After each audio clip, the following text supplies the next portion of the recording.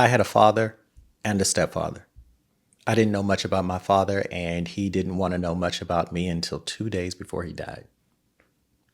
And my stepfather, I was so far out of the realm of what his mind knew and could comprehend, could even hold, that I felt foreign to him and he felt foreign to me.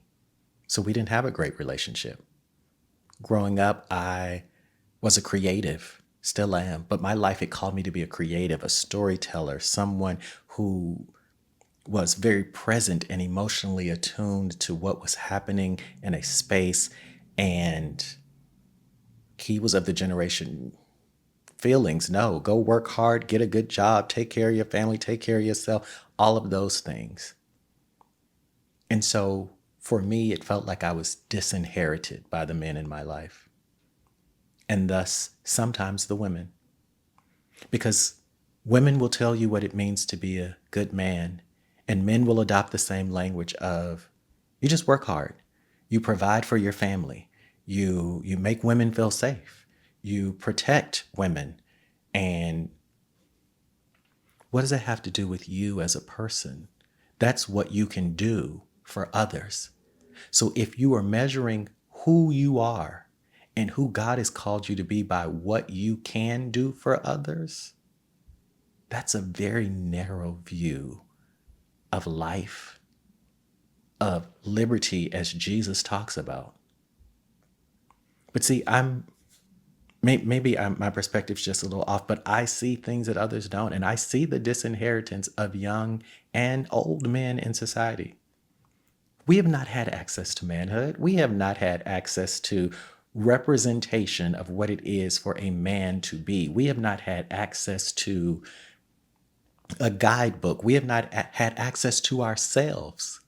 So how, which frustrates me to no end, how all of these men get on these podcasts and start telling the younger generations, this is what you need to do. You need to get out of that basement. You need to get off that game. You need to get a job. You need to do. That is probably very valid and very well intentioned, but it's frustrating because it disinherits them. It disinherits the young men who are gaming because it's community. No one's asking them to be something that they are not. They get a guidebook. You can go onto YouTube and watch and learn about these games and become masters at them and have a sense of accomplishment. You can smoke and escape.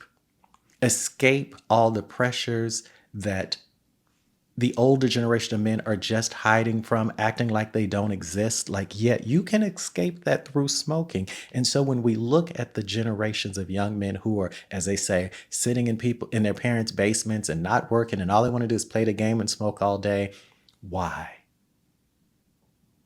Ask ourselves why. And it's because no one has ever asked them who they are, gave them the tools and the liberty, the space to help define who they are. Because the moment it doesn't look like who we think a man should be, we discount it, we disinherit them. And so I'm concerned. I'm concerned that I and have always not gotten this. And I'm years old when I realized why I keep getting so many young men come to me for mentorship. Black, brown, gay, straight, it doesn't matter. Mainly straight men. And they're like, but Carmen, you're a black gay man. How does this happen? Well, I'm a black gay man who's a minister and who is attuned to emotions and all. Maybe because I too understand what it's like to be disinherited and have done the work outside of the community. See, because if we're all eating out of the same dish, we're all eating chicken every day. Everybody's eating chicken, know what chicken tastes like. And then somebody brings steak into the house. A few people are going to be like, ooh, I want to try this steak. Steak is good. But the majority of people, as we know, will be like, what is that? That's foreign. Don't bring that steak in here. We only know chicken, and chicken is what we... And this generation is going, we want to try anything other than the chicken because it has not served us well. We see you, our fathers, angry. We don't want that. That's not the manhood we want. We see you working yourselves to death. We don't want that. But does that make us less of a man because we don't want that life, or because we want to expand and be who we are fully called to be in God's eyes. Some of us are called to be creatives. Some of us are called to be intellectuals. Some of us are called to be workers. Some of us are called to be and to tell these young men that they have to do all these things, but don't give them any representation, any guides, and then tell them to define themselves outside of themselves. That is a sin. And so here at Poor Culture, poor not as in broke or broken, but poor not as in broke, but as in broken, because it's another word for the broken, those that broken in spirit. And so we gather on our member only page, not because I'm trying to charge you money or trying to get something from you. Nah, it's because the conversations we have and how we gather doesn't need to be for clout, for Instagram likes, for outside voices to come in and adulterate the space, to bring in their non-alignment of intention. This is for us, not just men, but women as well. But I'm speaking specifically to the man and the young man.